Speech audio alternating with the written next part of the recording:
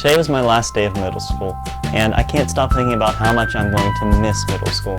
It was a nice last day though. We had an awards assembly where I was presented with awards that were very special to me. From student council for being a communications officer, I got a blanket with my name on it and the school's logo, a certificate for my work on the Lights for Musical, a Heart of the Lion award that I think is truly special because as they were describing the type of person who gets the award, and that it is normally given out in high school, I heard most of the auditorium saying that it was going to be me before it was even announced. My favorite though was a certificate of completion for a faculty internship that I did not know anything about, plus it came with a teacher name badge. With that last award, I was also given a 3D printed medal.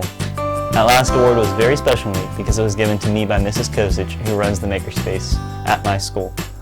And after thinking about this and how much I missed the Makerspace after just a few hours, I decided to make this video, my top 3 tips for starting a Makerspace at your school.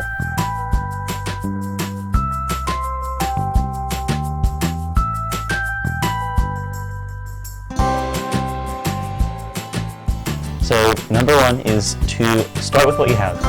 This is the most important thing I can tell you because my school started out with a few tables and old bookshelves in a corner of the library.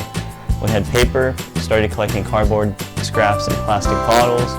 We got students interested by having a few simple challenges, and the Makerspace just grew from there. Number 2 is to use Donors Choose a lot. My school has got 2 3D printers, 5 iPads, some 3D printing pens, and more over about 9 months.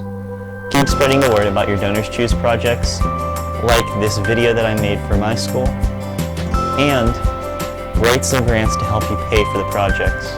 And number 3 is to know how everything works, or to find someone who can learn how everything works. You might not want to learn how to unplug a 3D printer, but if you find another teacher or even a student who can do it, that would be beneficial for the whole Makerspace. It is really hard to make a Makerspace work on your own. Those are my 3 tips for starting a Makerspace at your school. I want to thank Mr. Jones, Mrs. Kozic, Mrs. Garfola, Mr. Nymek, Mrs. Eglin, and everyone else at GSMS for a great 3 years and tons of opportunities. But don't worry, I'll be back to GSMS soon.